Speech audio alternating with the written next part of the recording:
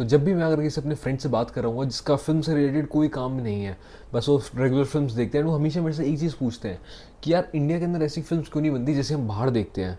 Sir story telling wise ही नहीं, VFX wise भी। And क्या है ऐसा कि बाहर हमको हाई कॉन्सेप्ट फिल्म देखने को मिलती है एंड इंडिया के अंदर ऐसा कुछ दिखता ही नहीं हमें। इंडिया के अंदर बस वही एक स्टेंसिल को यूज़ कर रखा है एंड उसी को बार बार रीयूज़ करे जा रहे हैं, करे जा रहे हैं, करे जा रहे हैं। इंडिया में अगर एक हॉरर कॉमेडी चल गई तो हॉरर कॉमेडीज ही आती रहेंगी। उसके बाद अगर एक केजीएफ जैसी फिल्म आ गई तो उसकी जैसी और 10 फिल्म आती रहेंगी। उसके बाद अगर कोई एक्शन फिल्म आ गई तो उसके 10 और फिल्म आएंगी, यूनिवर्स बना दिया जाएगा। ये सब इंडिया में ऐसा क्यों हो रहा है एंड बाहर ऐसा क्यों नहीं होता? कि बाहर लॉर्ड ऑफ द रिंग्स आई थी किस टाइम में एंड अभी तक उसका वीएफएक्स जो है वो इतनी सारी बॉलीवुड फिल्म से बेटर है, कितनी सारी इंडियन फिल्म से बेटर है। एंड इस बात ने मुझे सोचने में मजबूर किया कि ऐसा होता क्यों है कि बाहर की फिल्म्स इतनी ज्यादा एडवांस होती हैं, नहीं केवल सिर्फ वीएफएक्स के डिपार्टमेंट के अंदर बट उसके अलावा story telling wise, thought wise, idea wise. मतलब ऐसा कैसे हो सकता है कि बाहरी कंट्री के लोग इस टाइप के थॉट्स ला सकते हैं एंड इसके ऊपर फिल्म्स बना सकते हैं एंड इंडिया के अंदर वो ख्याल कभी आ ही नहीं सकते। बाहर इंटरस्टेलर जैसी फिल्म बन जाती है जिसके अंदर हम ब्लैक होल के अंदर जा रहे हैं, उसके साथ ही साथ इनग्लोरियस बास्टर्ड जैसी फिल्म बन जाती है जिसके अंदर हम हिस्ट्री ही चेंज कर देते हैं।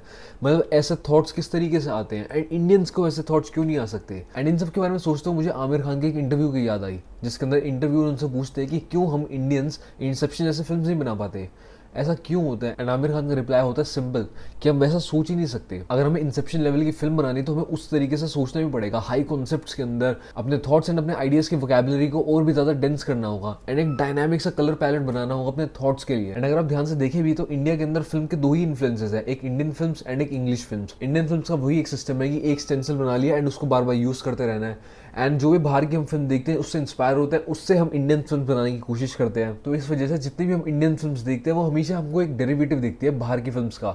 आपको इंडियन फिल्म देखते हैं एंड आप देख के बता सकते हैं कि ये फिल्म का ये पार्ट जो है वो इस फिल्म से उठाया गया है, ये पार्ट जो है वो इस पार्ट से उठाया गया है। एंड आपको लगता है कि ओरिजिनल क्या है, क्या हम कुछ ओरिजिनल बना सकते हैं या सिर्फ हमारा एक ही काम है कि कॉपी कॉपी कॉपी। मैं जब छोटा था मैंने गजनी फिल्म देखी और मुझे बहुत ही ज़्यादा पसंद आई। मुझे धीरे धीरे रियलाइज़ हुआ कि गजनी फिल्म एक साउथ की फिल्म का रीमेक है एंड वो साउथ की फिल्म खुद मोमेंटो की कॉपी है, मोमेंटो जिसे क्रिस्टोफर नोलन ने बनाया था। एंड जब इन चीज़ों के बारे में पता चलता है तो एक क्वेश्चन उठता है अपने ऊपर ही कि क्या अभी तक हम जो चीज़ देख रहे हैं वो ओरिजिनल है भी या सिर्फ एक कॉपी है, एक स्टेंसिल लिए रखे एंड उसको कॉपी पेस्ट करके आपको प्रेजेंट किया जा रहा है। एंड आई 100% एग्री कि आमिर खान ने जो बात बोली थी कि हमको सोचना ही नहीं सिखाएगा, हम उस लेवल का सोच ही नहीं पाते तो उस लेवल की फिल्म भी नहीं बना पाते। एंड इसका one of the major reason ये है कि इंडिया के अंदर रीडिंग कल्चर बहुत ही ज़्यादा कम है। इंडिया के अंदर वैसे ही रीडिंग कल्चर बहुत ही ज़्यादा कम है एंड उसके बाद जो रीडिंग कल्चर बचा हुआ है उसको या तो धीरे धीरे खत्म किया जा रहा है। वो सारे लोग या तो नॉन फिक्शनल या फिर सेल्फ हेल्प की तरफ जाते जा रहे हैं। एंड आप लोगों को लग रहा होगा कि क्या ही बड़ी बात है, रीडिंग कल्चर अगर नहीं है तो उससे हमको बढ़िया फिल्म ही नहीं देखने को मिल रही ना, कोई नहीं हम बाहर की फिल्म देख लेंगे।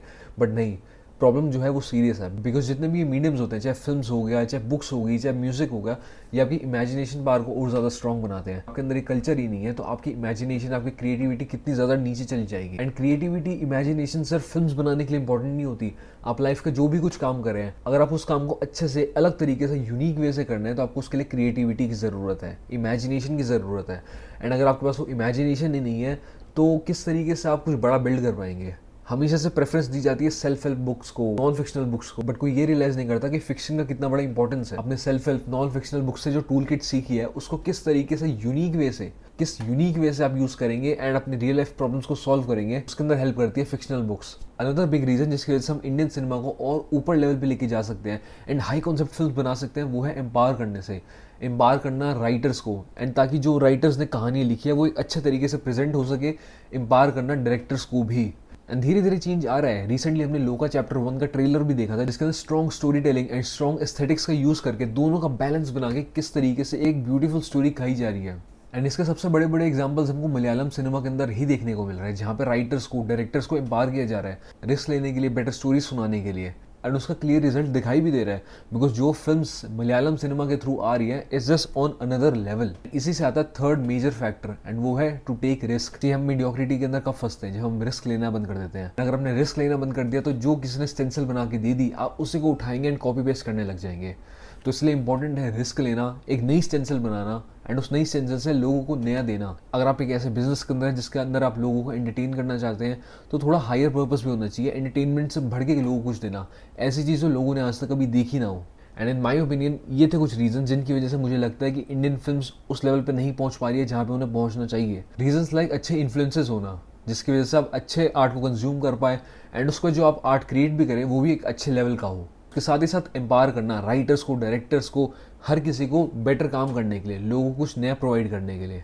And third, to take good risk, जिसकी वजह से आप लोगों को कुछ नया प्रोवाइड कर पाए, ऐसा जो उन्होंने आज तक कभी नहीं देखा हो, ऐसा जो उनकी लाइफ को इनरिच कर सके। अगर हमने ये कुछ चीज़ें कर ली, विद इन नो टाइम हम भी ऐसी हाई कॉन्सेप्ट फिल्म्स बना पाएंगे जिसको बाहर के लोग देख के बोल पाएंगे कि इंडियंस ऐसा क्या कर रहे हैं कि ऐसी फिल्म्स बना पा रहे हैं, एंड हम ऐसा क्यों नहीं सोच पा रहे हैं। एंड आप इस टॉपिक के बारे में क्या फील करते हैं नीचे कमेंट्स के अंदर ज़रूर लिख के बताना। आपको क्या लगता है कि हमें क्या ऐसा करना चाहिए कि हम भी उस टाइप की फिल्म्स बना सकें।